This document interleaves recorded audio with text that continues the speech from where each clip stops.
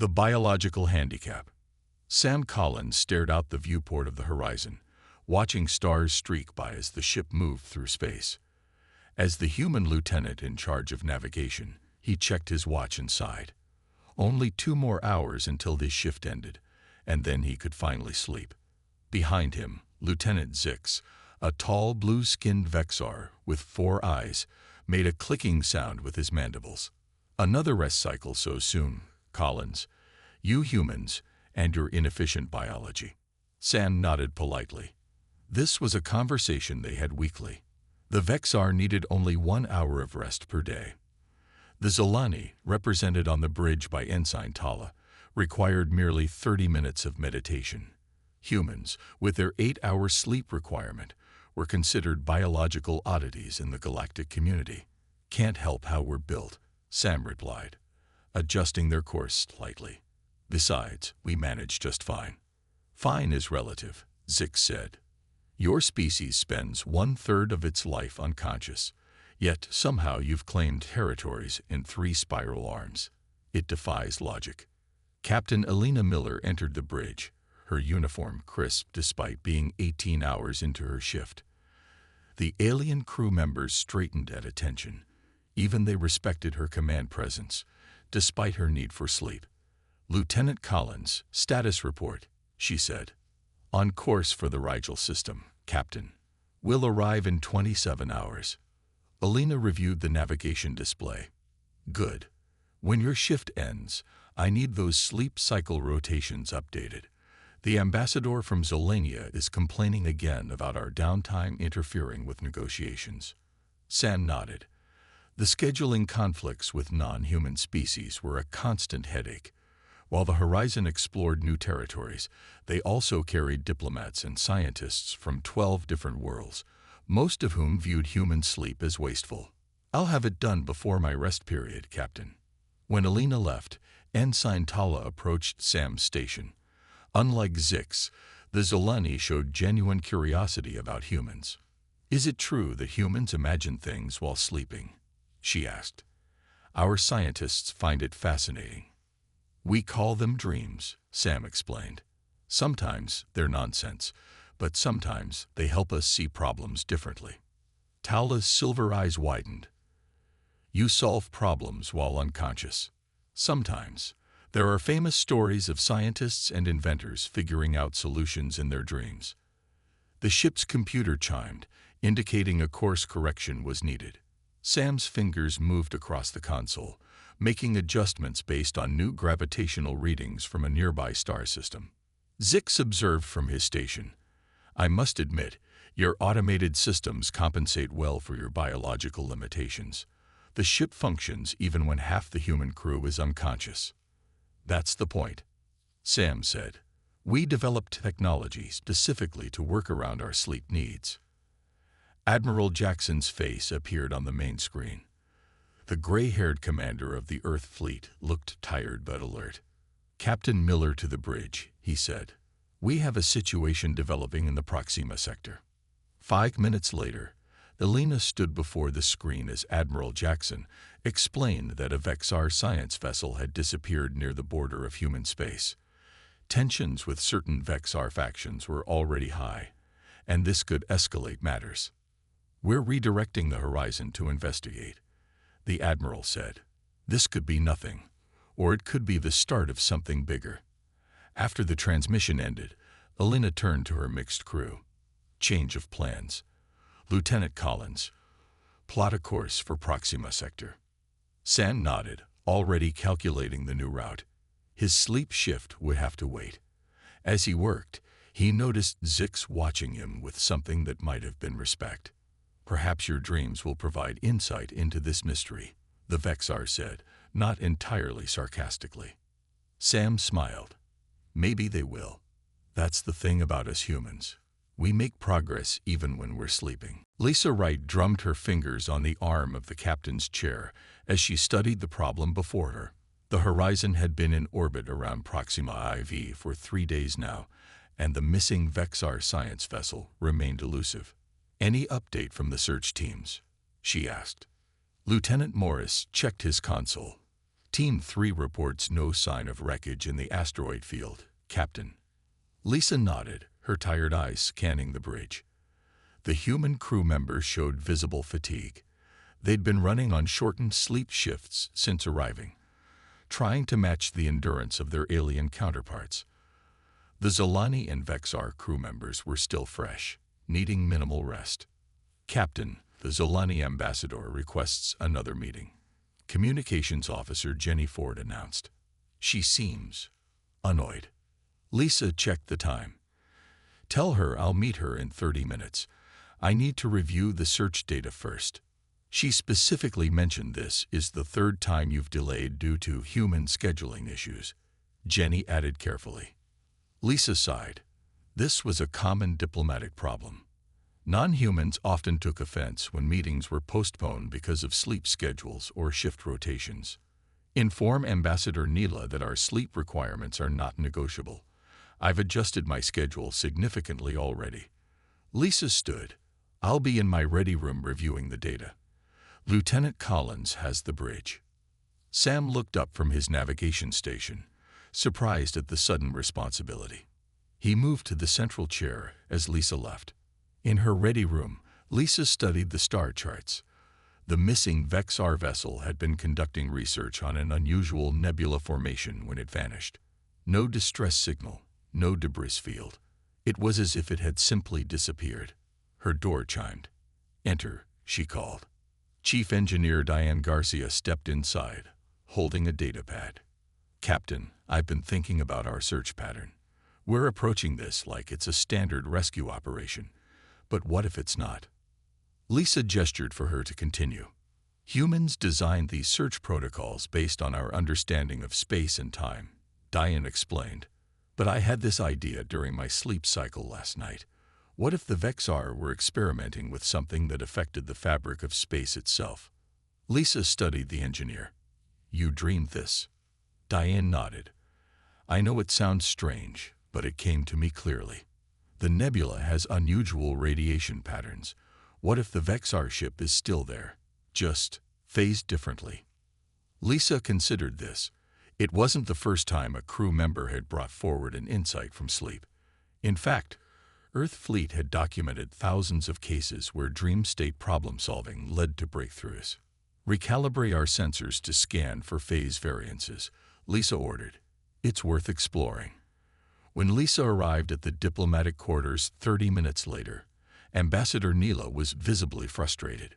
Captain Wright, this constant waiting is unacceptable, the silver-skinned Zolani said. How does your species maintain dominance when you waste so much time unconscious? Lisa replied calmly, Ambassador, while we were discussing your wait time, my chief engineer developed a new search approach based on insights gained during her rest cycle. The ambassador's expression changed to curiosity. Your people truly find solutions while sleeping. Our scientists find this claim dubious. Yet it happens regularly, Lisa said. In fact, we've modified our ships with automated systems specifically designed to record and analyze insights that occur during dream states. Before Neela could respond, Sam's voice came over the comm. Captain to the bridge. We're detecting something unusual in the nebula. Lisa excused herself and hurried back to the bridge. On the main viewer, a faint outline appeared within the colorful gases of the nebula.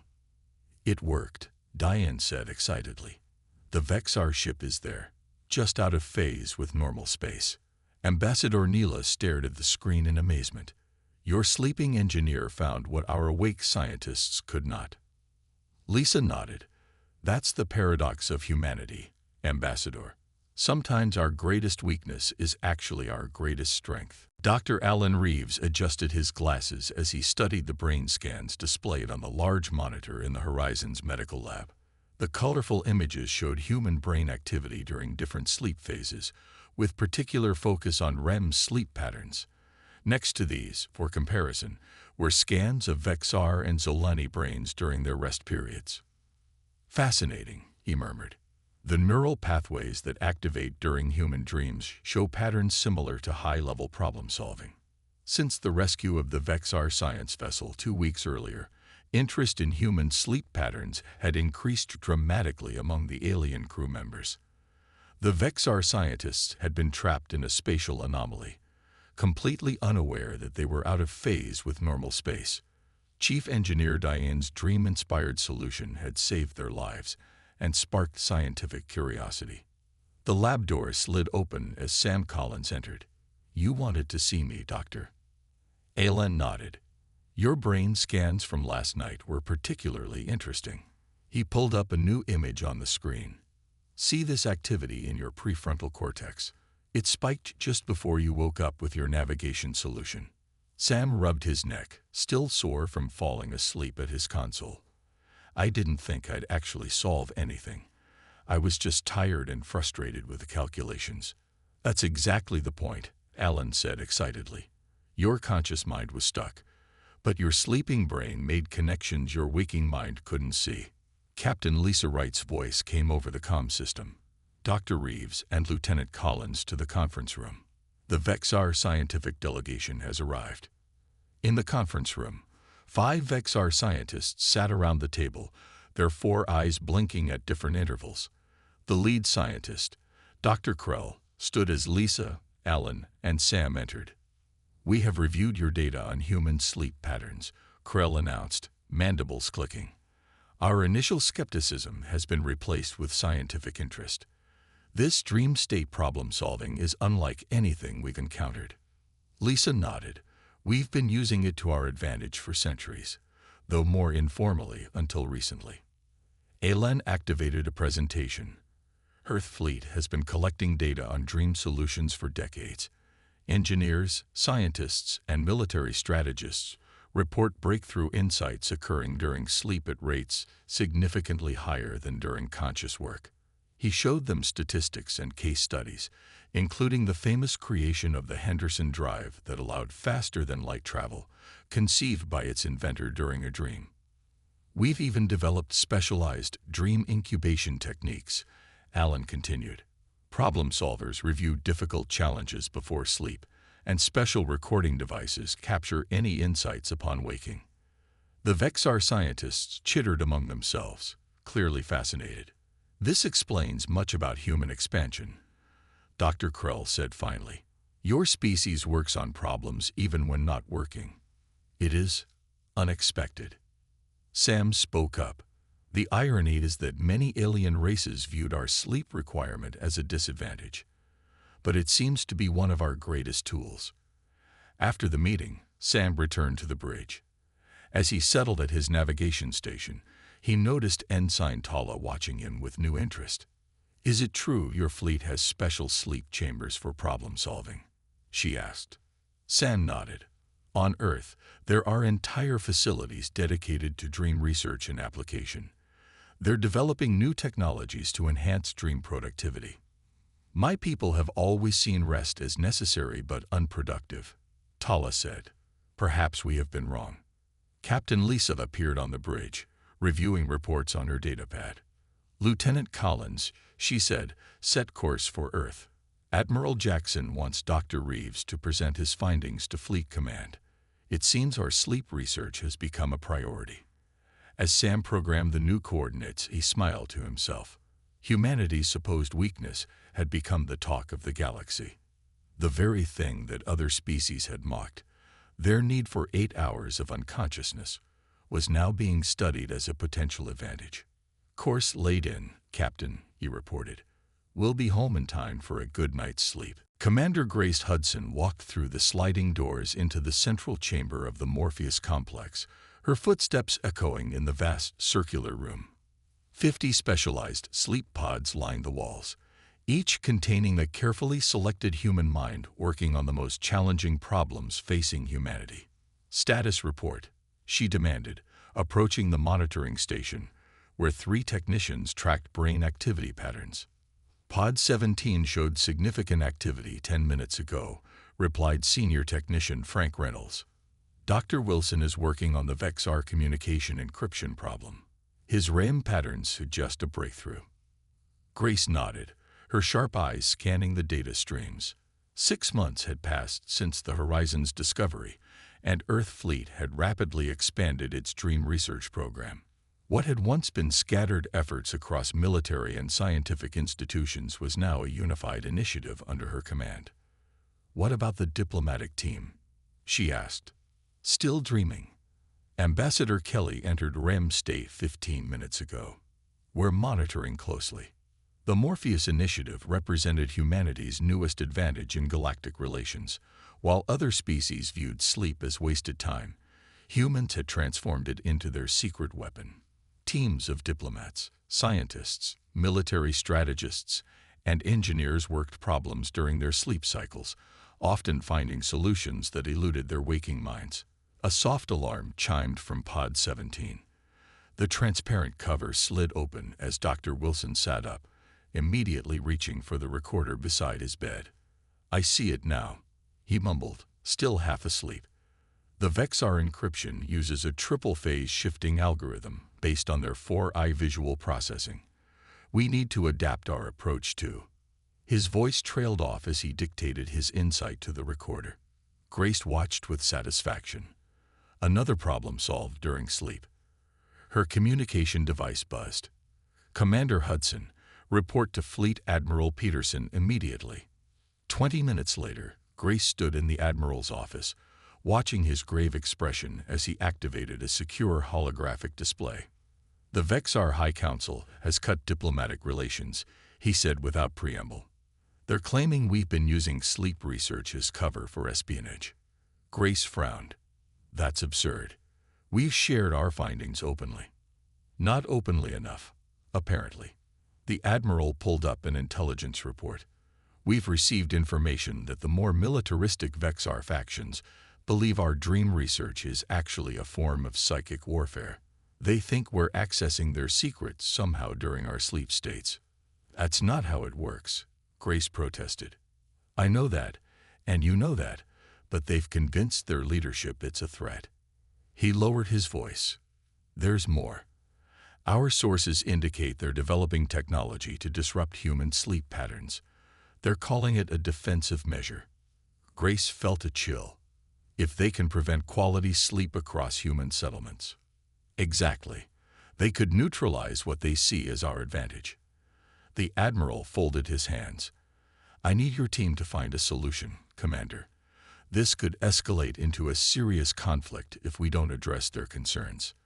Later that night, Grace stood in the observation room, watching as the diplomatic team entered their sleep pods. Ambassador Kelly and 3 senior negotiators had been briefed on the Vexar threat before sleep. "These 4 are our best hope," Dr. Alan Reeves said, joining her at the window. "Their dream solutions have resolved 3 major diplomatic crises in the past year." Grace nodded. "They need to find a way to convince the Vexar our dream research isn't a threat without revealing too much about how effective it really is." "A delicate balance," Alan agreed. "What if the Vexar are right to be concerned?" Grace asked quietly. "Not about psychic spying, but about the advantage this gives us. We're solving problems at twice the rate of other species." Alan considered this. "Perhaps that's why the universe gave us this biological need in the first place. Not as a handicap, but as a gift we had to learn to use." Grace watched the sleeping diplomats, humanity's unconscious problem solvers. "Let's hope they find a peaceful solution in their dreams tonight. Otherwise, sleep itself might become the galaxy's next battleground." Sam Collins jolted awake, gasping for breath. His quarters on the horizon were pitch black, but something felt wrong. His head pounded and his thoughts seemed foggy, as if he hadn't slept at all. The chrono by his bed showed he'd been asleep for 7 hours, but he felt completely exhausted. The ship's alarm blared suddenly. "All senior officers to the bridge," Captain Lisa's voice announced. "This is not a drill." Sam pulled on his uniform and stumbled into the corridor. Other human crew members looked equally disoriented, their movements sluggish. In contrast, the Zolani and other alien crew members seemed normal as they rushed past. On the bridge, Lisa stood with Dr. Alan Reeves, both looking as exhausted as Sam felt. The view screen showed a small, unfamiliar device attached to the hull. "Report," Lisa ordered, her voice raspy. Lieutenant Morris gestured to the screen. "We detected it 2 hours ago, Captain. It's emitting a low-frequency pulse that penetrates our shields." Dr. Reeves stepped forward. "The pulse matches brainwave frequencies during sleep. It's specifically designed to disrupt human REM cycles without affecting other species." "Sleep warfare," Lisa said grimly. "The Vexar threat has become real." Over the past month, relations with certain Vexar factions had deteriorated rapidly. As humans expanded their dream research and the Morpheus Initiative gained success, fear spread among some alien species. "Can we remove it?" Sam asked. "Not easily," Morris replied. "There are 17 devices placed strategically around the hull. They seem to have been attached by stealth drones." Lisa straightened her shoulders. "Deploy countermeasures, Delta. We've prepared for this." Within minutes, crew members in specialized EVA suits exited the horizon. Each suit contained a modified sleep pod system, protecting the wearer's brain patterns from external influence. This technology, developed after Commander Hudson's warning, was humanity's first defense against sleep disruption attacks. Inside the ship, Dr. Reeves activated the emergency sleep restoration system. Special chambers designed to enforce proper sleep patterns despite interference became operational. "All human crew will rotate through the sleep chambers in 4-hour shifts," Lisa ordered. "Priority to navigation, weapons, and engineering personnel." Sam checked the ship's sensors. "Captain, 3 Vexar vessels approaching. They're not responding to hails." Lisa's eyes narrowed. "So this is more than a test. They want to see how we function when sleep-deprived." "They don't understand what they're dealing with," Dr. Reeves said quietly. "Humans have been fighting sleep deprivation since our earliest days. We've developed adaptations." The first sleep chamber cycle completed, and 6 crew members emerged looking refreshed. Even with just 4 hours in the specialized chambers, their cognitive functions had been restored. "The devices are being neutralized," Morris reported. "EVA team reports 10 removed so far." On the view screen, the approaching Vexar ship slowed, clearly surprised by the Horizon's organized response. They had expected a crippled vessel with an incapacitated crew. "Open a channel," Lisa ordered. When the communication line activated, she addressed the Vexar commander. "This is Captain Lisa Wright. Your attempt to disrupt our biological functions is considered an act of aggression. We demand immediate withdrawal." The 4-eyed Vexar commander clicked his mandibles in surprise. "You should be incapacitated. Our intelligence indicated that humans are helpless without proper sleep." Lisa finished. "A common misconception. We've had thousands of years to adapt to sleep disruption. Your devices are being neutralized as we speak." Sam monitored the Vexar ships as they began backing away. The demonstration of human resilience had clearly shocked them. Later, as the last sleep disruption device was removed, Lisa called a meeting of senior staff. "This won't be the last attempt," she warned. "The Vexar, and possibly others, will try different approaches to target our sleep cycles." Sam nodded grimly. "They've turned our perceived weakness into a battleground." "Then we'll defend it," Lisa replied firmly. "Humanity has always protected what makes us unique, even our need for sleep." Sam Collins sat in the observation lounge of Earth Central Station, a cup of coffee cooling beside him as he flipped through his dream journal. 3 months had passed since the Vexar's sleep attack on the horizon, and the incident had sparked a wave of similar attempts across human territories. Yet something unexpected had emerged from the conflict. Sam turned to his latest entry, reviewing the patterns he'd noticed while analyzing his dreams. "Finding something interesting in your sleep musings, Lieutenant." Sam looked up to see Captain Lisa approaching, her own cup of coffee in hand. "Actually, yes," he replied, gesturing for her to join him. "I've been tracking something odd in my dream patterns since the attack." Lisa sat down across from him. Through the large viewport behind her, ships from a dozen worlds moved between Earth and the orbiting stations. 3 spiral arms of the galaxy had human outposts now, despite the biological handicap that required them to spend a third of their lives unconscious. The Vexar thought they could cripple us by disrupting our sleep, Sam continued. But their attacks actually revealed something important. Look at these productivity metrics. He showed Lisa the efficiency reports from various human outposts. Surprisingly, colonies that had been targeted by sleep disruption attempts showed increased productivity after implementing countermeasures. Our sleep protection technology actually improved our rest quality, Sam explained. More efficient sleep led to better cognitive function. Lisa studied the data. So the attacks made us stronger. Essentially, yes. But there's more. Sam pulled up another file. I've been analyzing communications from different alien diplomatic channels. Several species have begun secret projects to introduce sleep into their own biological cycles. Lisa's eyebrows rose.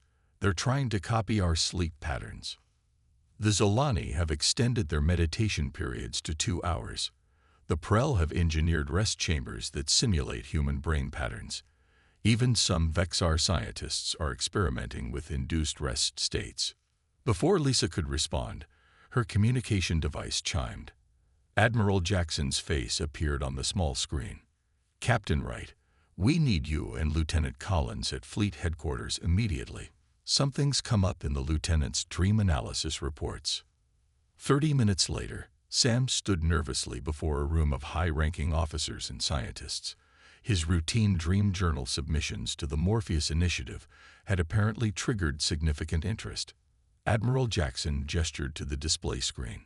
Lieutenant Collins has identified a pattern in Vexar fleet movements that no one else noticed. His dream analysis suggests they're establishing positions for a coordinated strike, not defensive positions as we initially thought. Sam stepped forward. I started seeing the pattern in my dreams a week ago. Ships positioned near these 7 star systems seemed wrong somehow. When I mapped their locations after waking, I realized they form a perfect attack formation. The room fell silent as the implications sank in. A surprise attack could devastate human colonies across an entire sector. The most interesting part, Commander Grace Hudson added, is that our conscious analysts missed this completely. The pattern only became visible through Lieutenant Collins' dream state pattern recognition. Admiral Jackson nodded. Once again, our supposed biological weakness has become our greatest asset. While awake, we process information linearly. While asleep, we make connections that our conscious minds overlook. After the meeting, Sam and Lisa walked through the gardens of Fleet Headquarters. Earth's sun was setting, painting the sky in brilliant oranges and purples. They're calling it the paradox advantage now, Lisa said. The fact that we need sleep actually gives us cognitive benefits no other species has. Sam nodded. The Vexar sleep attacks forced us to improve our sleep efficiency. Now we're getting better rest in less time, dreaming more effectively, and solving problems faster. It's ironic, Lisa replied. The galaxy laughed at humans for needing 8 hours of sleep. Now they're trying to figure out how to sleep themselves. Sam looked up at the stars appearing in the darkening sky. Maybe that's how we'll eventually unite the galaxy. Not through warfare or economics, but through dreams. Sam Collins checked the synchronized timer on his wrist display as he settled into the pilot's chair of the experimental craft, Dreamweaver. Across the 12 human colonies in the Orient sector, thousands of sleep facilities were being targeted simultaneously. The attack that his dream analysis had predicted was happening, but not in the way anyone expected. Dreamweaver ready for neural sync, Sam reported, as technicians connected sensors to his temples. Remember, this is untested technology. Dr. Alan Reeves cautioned through the communication system. You'll be the first pilot to navigate using shared dream state input. 3 months had passed since Sam identified the Vexar attack pattern. Earth fleet had prepared defenses, but the enemy had changed tactics. Instead of military strikes, they launched massive attacks against human sleep facilities. All sleep centers in sectors 3 through 7 report disruption devices activated, Lieutenant Morris announced from the command center. Colonial sleep chambers going offline. Captain Lisa Wright's voice came through clear and determined. Initiate Operation Sandman. All Dreamer units activate now. Across human space, specially trained teams entered protected sleep chambers. Unlike regular sleep pods, these were connected to a new network that could share dream insights instantaneously across vast distances. Neural link established. The Dreamweaver's computer announced. Connected to 37 Dreamer units. Sam closed his eyes as the ship's systems merged with his consciousness. Suddenly, he could feel the Dreamers across the colonies, their thoughts, their insights, their solutions flowing into his mind. The collective problem-solving power of human dreaming had been weaponized. "I have control," Sam reported, his voice steady despite the strange sensation of having dozens of sleeping minds feeding him information. Beginning stealth approach to Vexar command vessel. The Dreamweaver moved silently through space, its advanced cloaking technology making it nearly invisible. The ship had been designed specifically for this mission, a direct strike at the heart of the Vexar attack force. Throughout human territory, the battle unfolded in an unusual pattern. The Vexar had expected to find colonies of sleep-deprived humans, easy targets for their invasion forces. Instead, they encountered a strange, coordinated resistance. "They're using sleep as tactical cover," a Vexar commander reported in confusion. Human defensive units appear dormant, then activate with precise timing. On colony after colony, humans fought in carefully orchestrated sleep shift rotations. While one group slept in protected chambers, others fought. The rested groups emerged with fresh tactical insights, taking over as the tired units cycled into sleep. "It's like fighting an enemy that becomes smarter every time they rest," another Vexar officer observed with growing concern. In the Dreamweaver, Sam navigated through the Vexar fleet, his course constantly adjusted by the insights from 37 Dreamers solving problems in their sleep. "Approaching target," he reported. "Dreamers are identifying weak points in their command ship structure." Lisa's voice came through. "The colonial defenses are holding." The Vexar didn't expect this level of coordination. "Their mistake was thinking sleep makes us vulnerable," Sam replied. "They don't understand that we're strongest when some of us are sleeping." The Dreamers in his neural network identified a critical vulnerability in the Vexar command ship's communication array. With surgical precision, Sam maneuvered the Dreamweaver into position and deployed a specialized disruptor. "Target locked," he reported. "Deploying dream state solution in 3, 2, 1. The disruptor activated, sending a complex signal pattern that the Dreamers had developed. It wasn't a weapon in the traditional sense. It was a communications override that transmitted the truth about human sleep directly into the Vexar command network. "Signal transmitted," Sam confirmed. "Dreamer units report signal penetration successful." Throughout the Vexar fleet, command screens displayed brain scan comparisons, efficiency metrics, and incontrovertible evidence that human sleep was not a weakness, but a powerful cognitive tool. "They're standing down," Lisa reported as Vexar ships began powering down weapons. "The attack is being called off." Sam exhaled slowly, disconnecting from the Dreamer network. "They finally understand. We're not dangerous despite needing sleep. We're dangerous because of it." Sam Collins stood before the ornate doors of the Grand Chamber in the Galactic Council headquarters, adjusting his dress uniform nervously. 5 years had passed since the failed Vexar assault that became known as the Dreamers' War. Today, representatives from 27 species would sign the Pax Somnium, the Sleep Peace Treaty. "Ready for this?" Captain Lisa Wright, now Admiral Wright, asked as she approached. Sam nodded, still finding it strange to see her with the Admiral's insignia. "Never thought our sleeping habits would lead to galactic peace, or that you'd be recognized as the hero who made it possible," Lisa added with a smile. The massive doors swung open, revealing the circular chamber filled with delegates from across the galaxy. In the center stood the treaty display, a holographic document that would formally recognize the value of human sleep cycles and prohibit any biological warfare targeting rest patterns of any species. As Sam and Lisa entered, the assembled delegates rose in respect. Among them were Vexar scientists and leaders, including some who had once viewed human sleep as a weakness to exploit. Now they stood ready to sign a treaty built around the concept that biological diversity, including different rest requirements, strengthened the galactic community. High Chancellor Krell of the Vexar approached them. His 4 eyes blinked in sequence, a sign of deep respect in their culture. Lieutenant Collins, or should I say Director Collins of the Interspecies Sleep Research Institute, he said, mandibles clicking softly. My people owe you a particular debt. Your dream insights not only defeated our military strategy, but showed us a new path forward. Sam nodded politely. Understanding often comes from unexpected places, Chancellor. The formal ceremony began as representatives from each world stepped forward to sign the treaty. The human delegation, led by Admiral Jackson, went first, confirming Earth's commitment to share sleep research for peaceful purposes while maintaining protections against weaponization. The irony isn't lost on anyone. Dr. Alan Reeves commented quietly to Sam as they watched. For centuries, other species mocked humanity's need for 8 hours of unconsciousness. Now they're modeling their rest patterns after ours. It was true. Across the galaxy, species were experimenting with sleep-like states. The Zolani had extended their meditation periods to include dreamlike phases. The Vexar had developed rest chambers that simulated human REM cycles.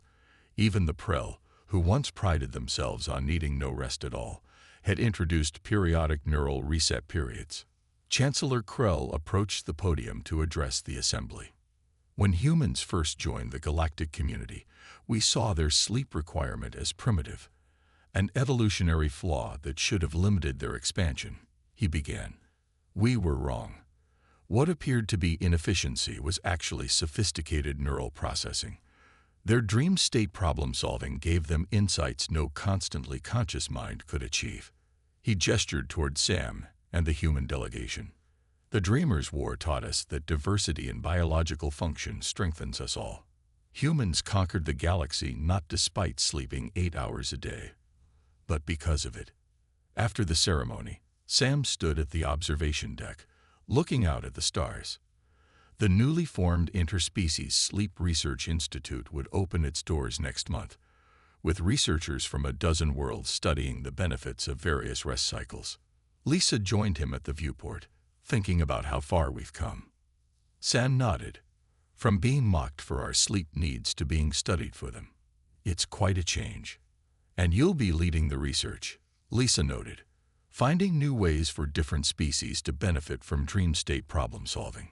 Sam smiled as he watched ships from across the galaxy moving through space around the station. Some carried diplomats returning home. Others transported scientists coming to study at the new institute. The greatest peace dividend is understanding, Sam said. Every species has biological features that seem like weaknesses but contain hidden strengths. Humans sleep 8 hours a day, and that gave us the galaxy. Lisa looked out at the stars. Not just the galaxy. Now it's giving us understanding across species. Peace through dreams, Sam replied. Not a bad legacy for a species that spends a third of its life unconscious. On the main concourse below, delegates from worlds that had once been enemies walked together, discussing sleep research and dream studies, united by the most unexpected of human traits, the simple need to rest and dream.